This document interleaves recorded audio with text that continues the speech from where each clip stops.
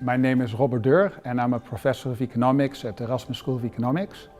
Yeah, so I do research and teaching, and my teaching is, I do two different courses. So one is applied microeconomics for a second year bachelor in economics.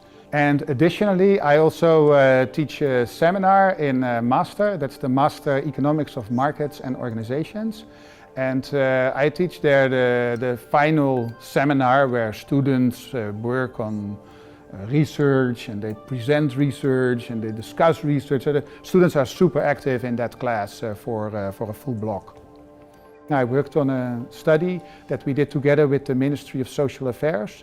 And in this study we try and make employers aware of a subsidy scheme that has been in place already for 1 or 2 years or so. And we can see in the administrative data that it is underused, meaning that there exist employers who could in principle get the subsidy, but they don't apply for it. Even though applying for the subsidy is super simple. So the idea is, with a simple letter, can we make the subsidy more effective? So there's a form that employers need to fill in anyways, and all they need to do to get the subsidy is to, cross a box. It's all quite simple, and the stakes are high, up to 7,000 euros per year. So I do teaching and research.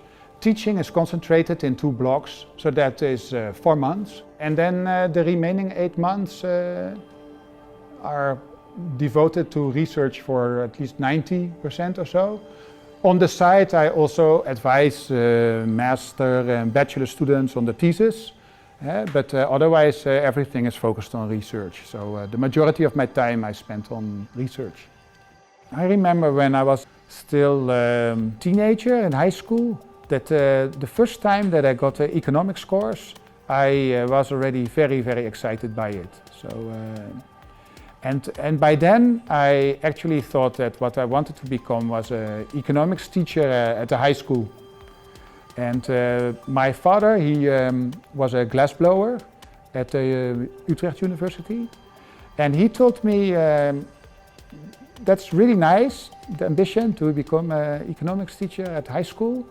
But perhaps rather than going to the teacher academy, which I really was planning to do, you may also, try and go to university and study economics there. And then always you can decide later to become an economics teacher at the high school, but you also have other opportunities.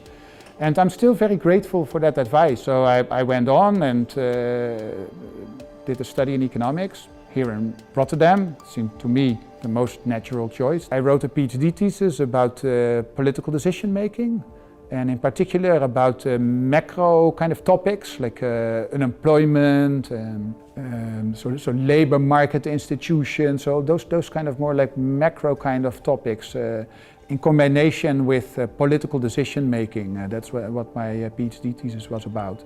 So I expanded my research focus a bit. So I also started to study the preferences and the goals that public sector workers have.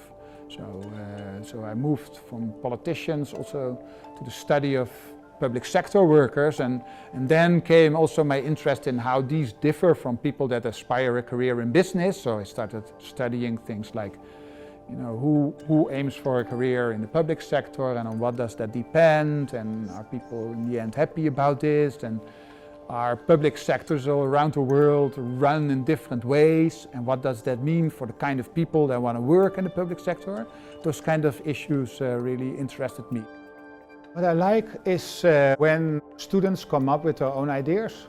That is what I particularly like, because economics can be seen as sort of a toolbox. So there's empirical methods, there's theoretical methods, and the methods can be applied to ideas to see whether ideas are actually good in a sense. So good in the sense of theoretically consistent, good in the sense that they are empirically relevant, so that they make any sense in the world outside. And when students come up with their own ideas, I typically really like that, because oftentimes they surprise me with their ideas. And what I also like a lot is that when students work on their own ideas, that's when they're most enthusiastic. So rather than working on the ideas of a professor or from the literature, but when they have their own ideas, then I really see that they want to know the answers. And then, you know, they have the energy and the spirit to get there.